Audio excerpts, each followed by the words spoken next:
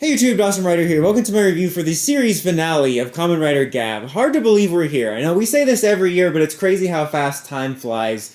Even with Gotchard, when it was hard to enjoy, by the time we got to the end, it's like, man, that kind of moved fast. It kind of feels like almost yesterday I was just watching the pilot. So, overall, I did enjoy this episode, and I would say I'm overall happy with the way things ended for the most part. Like, it didn't leave on a bad note. But I do have some mixed feelings on some things, and I'll get into more of that in the series review, but it felt very, putting a bow on it type of ending. I don't want to say it didn't feel like a finale, because it obviously did, but kind of like a lot of these episodes, it feels anticlimactic. It feels like we're going through the motions, not in a way where I'm still not invested in the characters, but I'm not as locked in as I usually am. Even when you have a finale like Geats, where I had some mixed feelings on the way things wrapped up, the way it was structured and the way it felt, I was locked in. Even for me with Revice, it just felt like, yeah, we got to wrap this up. We got to tie all these things up, and it felt very rushed. Like, by the time the episode was over, I'm like, that's it?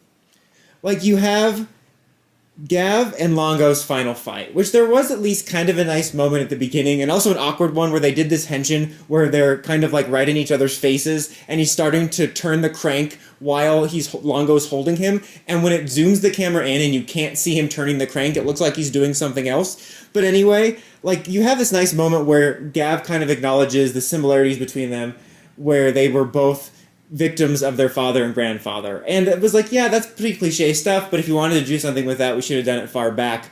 However, that's obviously not what they're going for with the Stomach family. We get the final fight there, and I think the highlight of that was they did the highlight reel of all the forms. I really love when they do that. I think they've done it in several series, lots of series actually, but I think one of my favorites was Revice, just because the final fight in that series was so different, where it was, this kind of goodbye between friends rather than fighting a big bad, and having them go through all those forms felt like a celebration of their time together. That obviously didn't feel like that here, but I really like a lot of the forms and the uniqueness, and a lot of them you don't get to see, especially the ability forms after the super forms and the duper forms kick in. So I really like seeing that, and in general, Gavv has pretty creative, fun fights, so it was a really fun fight to watch, doing all the different forms. There was a really cool moment when Hanto's kind of like, not Hanto, sorry, Shoma's kind of like skidding on the little dial that he turns. What do you call that? A dial? The crank? The crank, there we go. So it was a cool fight, and then at the end you have him giving Longo one last chance to, leave Earth alone and go back to the Granite World, and he doesn't do it, and then he's like, "You have failed this city," and it's over. And, I have to say, overall, I have mixed feelings on the mixed potential of the Stomach family, but it's kind of crazy that they had the balls to kill all of them. And the fact that they didn't go for a redemption story at all, it does make for a bittersweet final episode, which is kind of funny because it's almost a pun because it's a food series.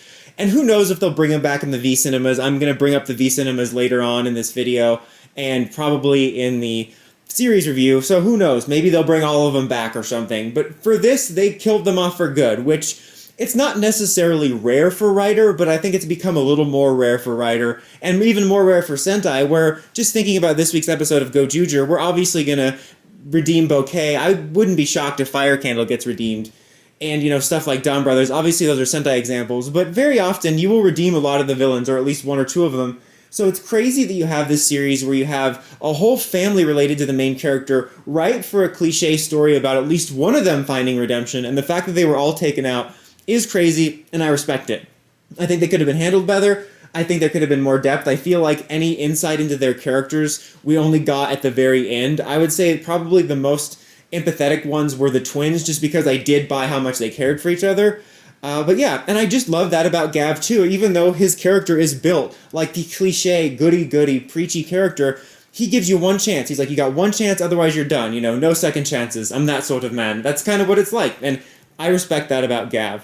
And then with the other two, I think the other highlight was Lakia, sacrificing himself. I didn't think he was going to die based on last week's, but he did sacrifice himself and get stuck in the Granite World, and he has a nice moment falling after he's destroying all the doors, which very much reminded me of two things. A, all the doors in Peacemaker Season 2, which has been great so far, but also the pilot, when Shoma fell to Earth. And, yeah, another bittersweet moment that I'm sure will be undone by the V-Cinema. I know there's a V-Cinema coming out that's already has a trailer. Lakia will probably get his own, where he gets a new form and he'll be back on Earth. I still have been dreading, and I might not ever watch the build V-Cinemas, because I loved the bittersweet ending that had, And I like that for Lakia. I do think there's some missed potential there, and it's kind of crazy that this series didn't have the whole, oh, the human and granite worlds need to work together. Like, they didn't. They separated. They never figured it out. There's some mixed potential there, but I kind of like the bittersweet ending of, like, you have some granite stuck on the other side, the writers are still active for that, and Lakia had to make the sacrifice of staying in that world. I don't know. Maybe I'll watch the V Cinemas, and I don't mind him coming back because I much more mind them digging up the cool ending of Sento and Ryuga being time remnants of this new Earth at the end of Build. But I don't know. I kind of like the idea of leaving it to your imagination. Like, something I do like about this ending is it doesn't close everything off. It's not an ending where everyone's powers are gone and all the characters go separate ways. It's kind of one of those endings where it feels complete, but you can imagine further adventures, and I would almost rather have that and then them pick it up with, like, a reunion movie in, like, 5 years than knowing we're going to have a V-Cinema.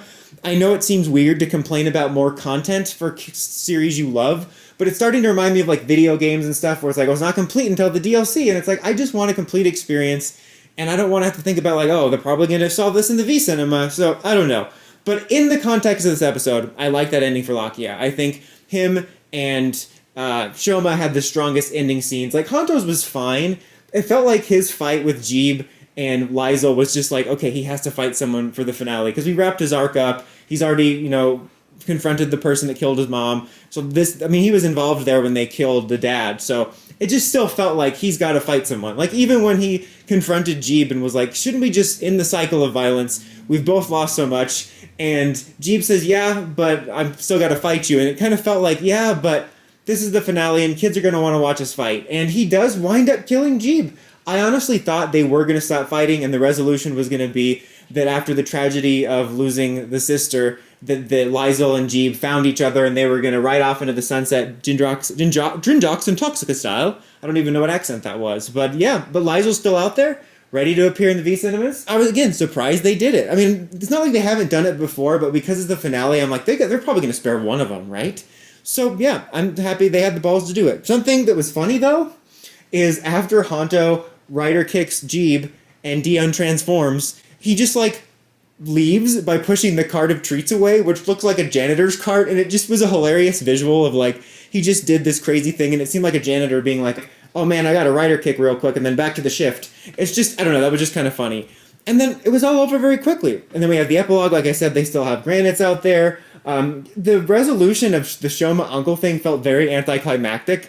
You just had him discovering Shoma's diary and realizing the similarities between who he was describing as his mother and his sister, and he goes, what's his mother's name? What's his mother's name? And Sachika's like, Martha!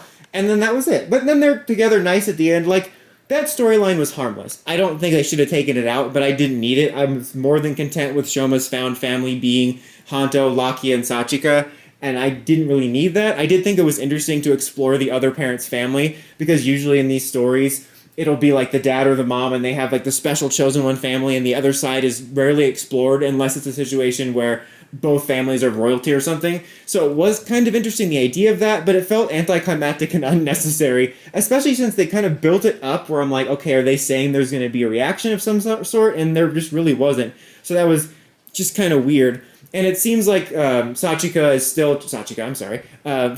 is still checking doors to see if they open to reconnect with Lakia in the Granite World. Again, kind of leaving the door open. We also did get our little passing of the torch, which was a nice little moment. I always get a little annoyed. I know it's the toys of the show, but like you have to show the toy off. I'm like, it always just takes me out of it for a minute. But I did like the I'll take it from here moment. And it was nice and non-intrusive, and I'm glad there wasn't like a random battle there that kind of took you out of the continuity of Gavv. But yeah, it was weird because I felt that it was anticlimactic and rushed.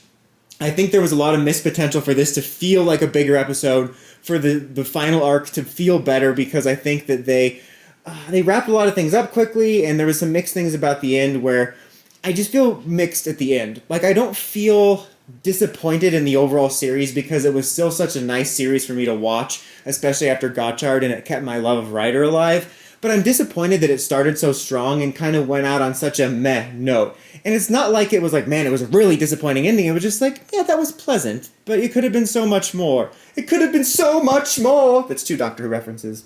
But anyway, I'll be doing my series review soon. I'm hoping to have that out by this weekend, and then I'll put up my posts so you guys can leave your thoughts, and the following weekend will be me reacting to your thoughts.